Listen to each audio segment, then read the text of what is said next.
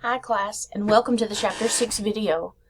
As we prepare to move into Chapter 6 this week, I wanted to point out some things that you might find helpful as you work through Chapter 6, and so I'm starting with our Chapter 6 PowerPoint, and you'll see as you go through, it explains what we will be doing in terms of hypothesis testing, and we will be conducting tests of hypothesis for a population mean with a normal Z statistic large sample, a T statistic small sample, population proportion, and population variance.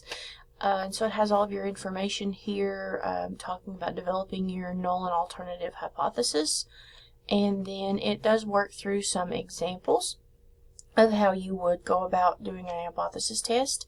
And again, as with all of the work that we've been doing in the class so far, you can do this work by hand, but I would recommend computing your test statistics and working with your information in Statcrunch. It makes it a whole lot easier. It streamlines the process, and so you're not getting bogged down in the heavy formulas.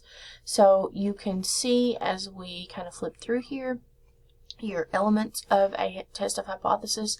They're all nicely gathered here in the table for you on this slide. It talks about your null, your alternative, having your test statistic, your rejection region, assumptions, calculating your test statistic, and then how we do our conclusion.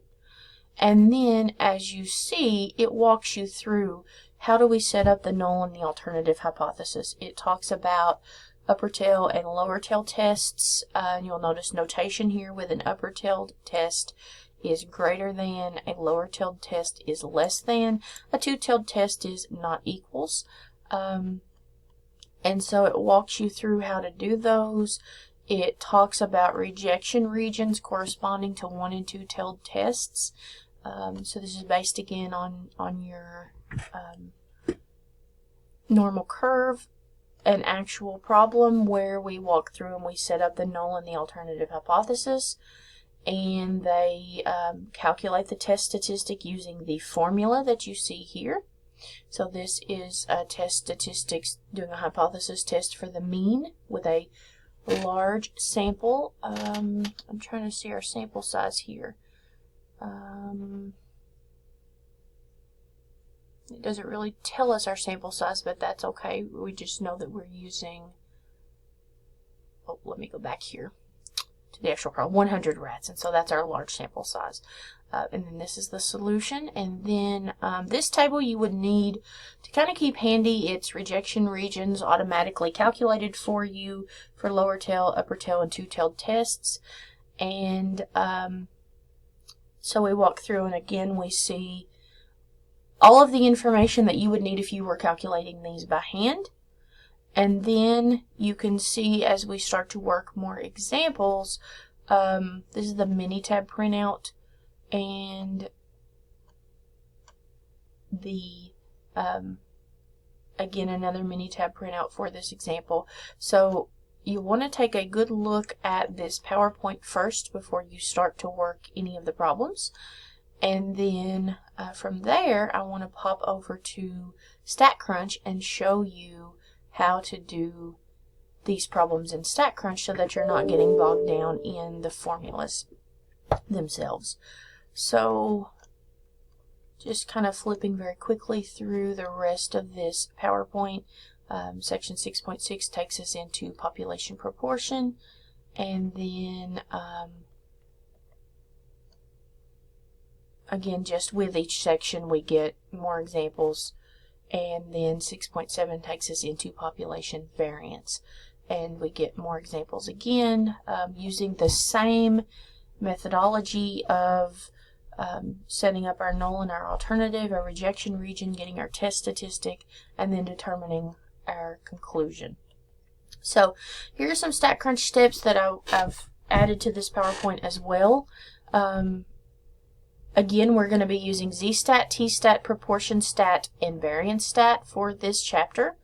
We will use one sample for this chapter. And then, depending on the information the question gives you, you would either choose with summary or with data. And then instead of using confidence interval, like we used in Chapter 5, we would use hypothesis test. And then, of course, you need to be able to recognize whether it's a z-test, a t-test, a proportion, or a population variance. So now I'm going to run over to back into the class. One thing I do want to draw your attention to is this Chapter 6 sample problem, hypothesis test about a population mean. And this sample problem basically works through, and it has setting up your null and your alternative. It talks about the test statistics, so it goes through each step of the hypothesis testing process, and then it gives you Statcrunch steps. So for this one, z-stats, one sample with summary, and hypothesis test, and you put in your null and your alternative, and then you get an output. You have your z-statistic as being 1.69 from this test of hypothesis, and the rejection region, z greater than 1.645, with an alpha 0.05, your alpha of 0.05 corresponds to the rejection region of 1.645, and 1.69 falls within that rejection region. And so your conclusion becomes that you reject the null, and that becomes your conclusion. So again, here's another example. This is testing the null that the mean is 100 against the alternative that the mean is not 100 using alpha 0.05. And so you have your null and your alternative stated here. Again, using the large sample z statistic, following the same steps in Statcrunch to put this all in, your mean, your standard deviation, your sample size, and then you are testing equals versus not equals 100. And so this is actually going to be a two-tailed test. As you'll see, we have drawn out the two-tailed test for alpha of 0.05. For alpha of 0.05, when you have to split alpha into two tails, you divide your alpha by 2, and then look for your z-score that corresponds to that. And so that creates your rejection regions for this two-tailed test. Our computed z-statistic does not change, and the z-statistic falls outside the rejection region this time, and so we conclude that the null is not rejected. And so that's just a couple of examples that I have posted for you within the class. Now I want to go into Statcrunch and show you how that looks when doing your hypothesis test within Statcrunch. So stat, z-stats or t-stats, proportion or variance, always one sample in this chapter, and depending with data or with summary.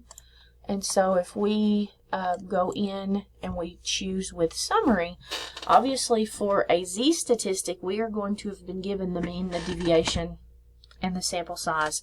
And then here's your hypothesis test option. Something equals, and then something is either not equals, less than, or greater than. And then you would just hit compute. So I would like to now just go into one of the problems from Chapter 6.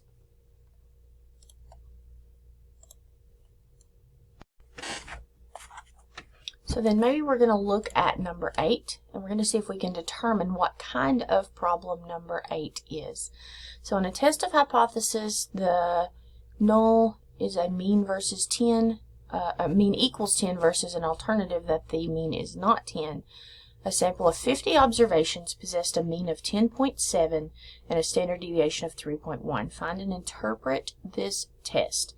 So this is going to be a z-test. The sample size is bigger than 30. And so in Statcrunch, you would go into z-stat, one sample with summary, because it gives us the mean, and the standard deviation and the sample size. So our mean is 10.7 and our standard deviation is 3.1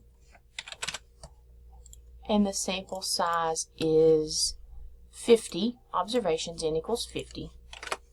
And we are testing that the mean is 10 versus the mean is not equal to 10.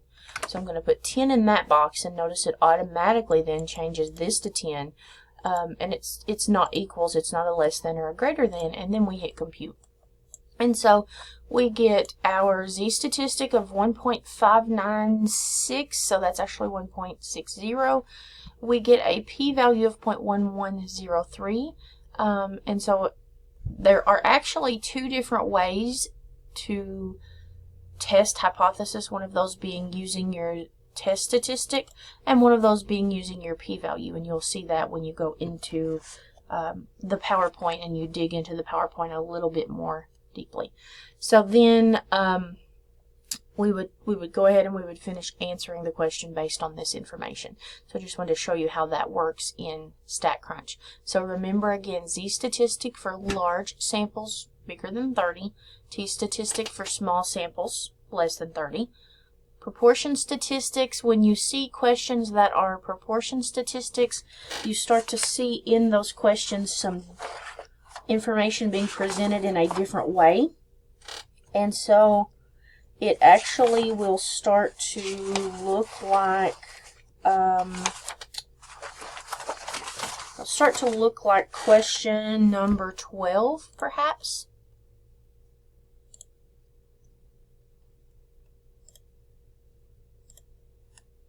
If I can grab that question here. And you start to see the p-hat, and it starts to tell you different things. We have 100 observations from a binomial population that gives a value of 0.75. So it doesn't automatically give you the mean and the standard deviation. It has some different information in the question. So this one is going to be a population proportion. And then when you get to questions like number 14 and you start to see the chi-square symbol, then this is going to be population variance type questions. As you start to see the different symbols and the questions giving you different information to work with, that's how you know what types of questions you're going to have. The other way is that you can also look at which section you're in. It's a little bit different way. It's a less mathematical way to determine that. But you can match up the section number with the topic that was covered in the section when you looked at the PowerPoint or the textbook. So just a little bit of a study strategy there. So that takes care of this video for Chapter 6. I hope you find these videos helpful. If you have more questions, please feel free to email me. Also to know that when you click on this question help, you have the Ask My Instructor link. When you click on that, you can type a message, hey, I'm having trouble with this question. I don't understand what such and such means. And that will go straight to me with a link to your question, and I'll be able to help you. So when you do send questions, please be very specific about the number that you're working on and what you've tried to answer the question. Giving me as much information as you can will help me to better help you. So I hope you find this helpful, and if you have any other questions, please email or call. Thank you.